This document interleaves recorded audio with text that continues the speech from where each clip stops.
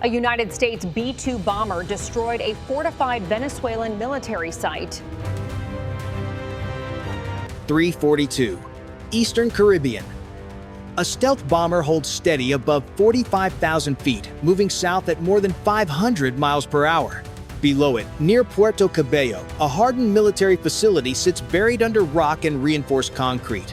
One weapon drops clean, falling straight down. No turn, no correction, no warning. This was not a warning pass or a show of force. The United States selected a fixed military target and executed a direct strike, crossing from pressure into action in a single decision that reversed the balance instantly. Inside the aircraft, there are no alarms and no raised voices. Systems confirm release, separation, and guidance lock. The distance to impact shrinks from miles to seconds. No radar spikes appear. No interceptors rise. No surface-to-air missiles fire back. This was not an accident or a navigation error. It was a controlled move meant to test limits and answer them at the same time. What the other side did not realize yet is that this moment was only the visible part of something already moving quietly into place. If you want to follow how this confrontation unfolds second by second, stay with us. What happened here matters because of where it happened and what was hit. The target sat near Venezuela's northern military corridor, close to major shipping lanes and key coastal monitoring zones. This is an area where international traffic moves every day and where United States forces operate openly under international law. Any hardened military facility built there exists for one reason only. It is meant to watch, track, and influence movement across the Caribbean. The United States aircraft in this region were not passing through by chance. Their presence follows long-established patrol patterns. These routes are legal, deliberate, and visible. Visibility is part of the strategy. It signals presence without firing a shot. Until that line was crossed, striking a buried military site is not about spectacle. It removes ambiguity. Facilities built underground are designed to survive first contact and keep working during conflict. When one of them is neutralized, it sends a clear message that protection has limits. But beyond maps and strategy, this moment matters to the people involved. For the air crews, this was not a headline. It was hours of silence, fuel checks, and exact timing. Every minute mattered. There were no shortcuts and no room for improvisation. For sailors, pilots, and operators supporting the mission, tension did not come from explosions. It came from waiting. Waiting to see if radars would light up. Waiting to see if interceptors would launch. Waiting to see if the other side would answer. Silence, in this situation, is not calming. It is pressure. When nothing responds, it means something has shifted. Once that shift happens, the old rules no longer apply. And everyone involved knows the situation has moved into a new phase. The first response did not come from fire or noise. It came from confirmation. Inside the bomber, screens stayed steady. Guidance stayed locked.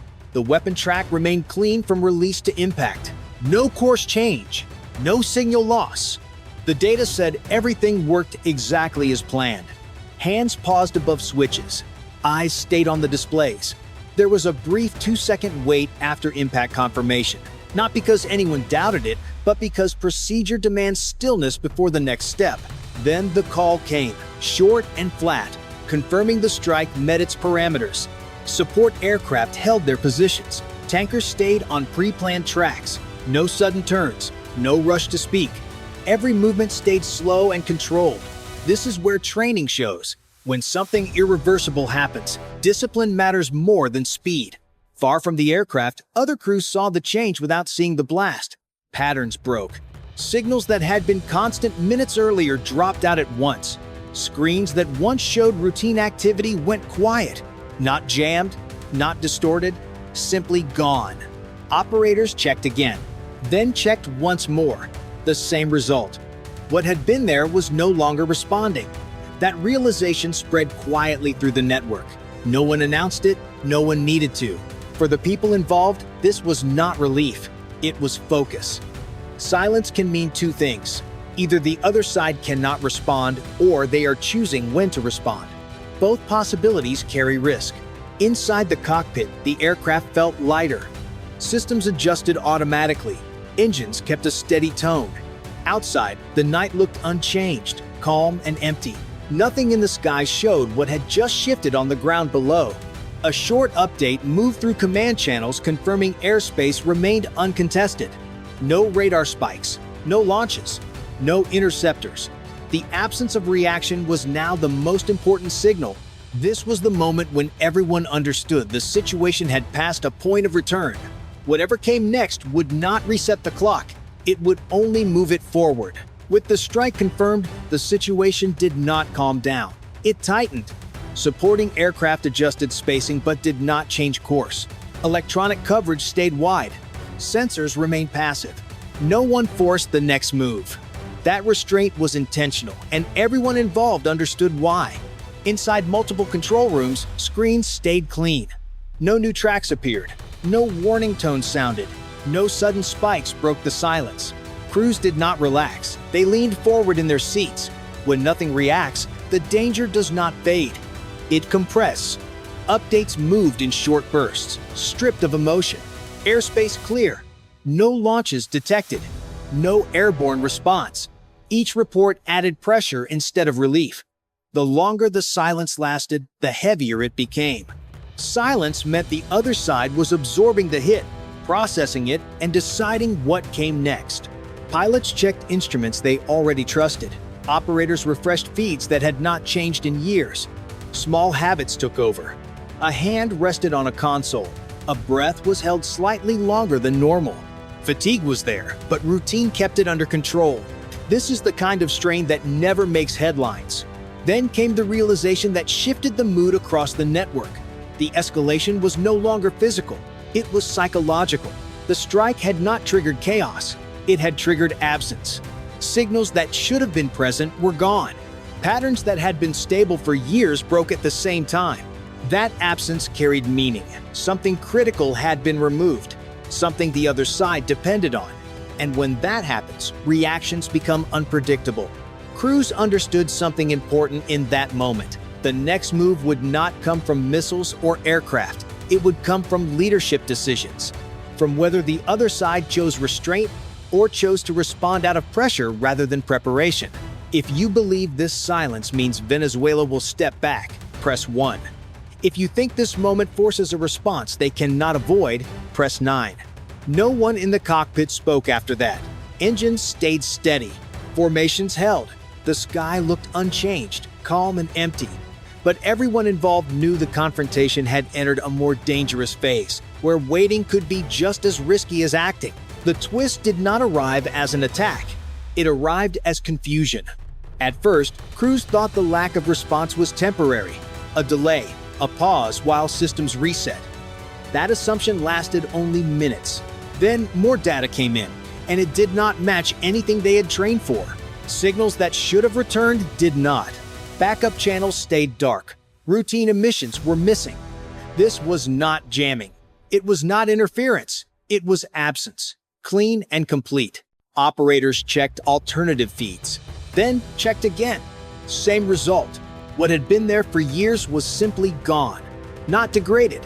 Not unstable. Gone. The realization did not hit all at once. It moved slowly through the crews, one screen at a time. The strike had not just damaged a facility, it had removed a piece of the system that connected everything else. That mattered more than explosions. No one said it out loud immediately. There was no announcement moment, just a shift in posture, a quieter tone on the radios, a longer pause before the next update. Crews understood that the other side had lost something they could not quickly replace. Then another detail added weight. Secondary monitoring showed no rapid recovery attempts, no emergency rerouting, no signs of redundancy taking over. This was not a system bending, it was a system breaking. Minutes passed, and still nothing changed. No movement, no correction, no signal returning. The longer that gap held, the clearer the picture became. Whatever had been removed was central, not optional. That understanding brought a new risk. When an opponent absorbs a hit this deep without reacting, the next decision becomes harder to predict. Silence can mean restraint. It can also mean pressure building behind closed doors. If you think this silence signals de-escalation, press 1. If you believe it sets the stage for a sharper response later, press 9. The crews did not celebrate. They stayed focused. Because when a system disappears this completely, the story is no longer about what was hit, but about what happens next. The climax did not arrive with noise. It arrived with stillness. Inside the cockpit, the glow from the instruments stayed constant. No warnings, no flashes, just steady numbers and a calm engine tone. The aircraft held its heading, smooth and level, as if nothing had changed. For a moment, no one spoke. Then, a short radio transmission broke the silence. Clear. Flat. Professional. Mission parameters confirmed. No extra words followed. None were needed. Outside, the night sky looked unchanged. No fireball, no visible shockwave. From this altitude, the ground below revealed nothing. That absence was deliberate. The weapon had done its work out of sight, deep where cameras and witnesses could not follow. The crew felt the shift before they saw it. The aircraft reacted as weight left the frame. Systems adjusted instantly. Controls stayed responsive. Everything behaved exactly as designed. Another pause followed. Longer this time. Not uncertainty. Discipline. This is the moment when crews are trained to wait, not to look back, not to fill the silence with unnecessary talk. In other locations, confirmation moved quietly through secure channels, one line at a time. Objective neutralized. Airspace stable. No opposing response detected. Each message was short, stripped of emotion, focused only on facts. No one celebrated. No one relaxed. The most dangerous moment is often after success, when attention drifts. That did not happen here. The aircraft maintained course. Support assets held position. Nothing rushed. Nothing changed faster than planned. The calm was controlled, not accidental.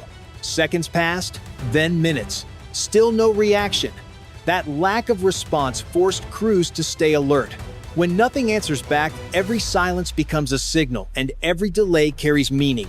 This was the point where everyone involved understood the strike was complete, but the situation was not. The action had ended. The consequences had not.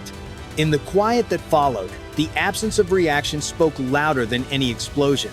Whatever came next would not be shaped by what was seen in the sky, but by decisions made far from it.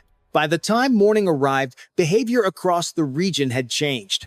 Movements slowed. Assets that once operated openly adjusted their posture. Routes shifted. Timelines stretched. None of this was announced. None of it needed to be.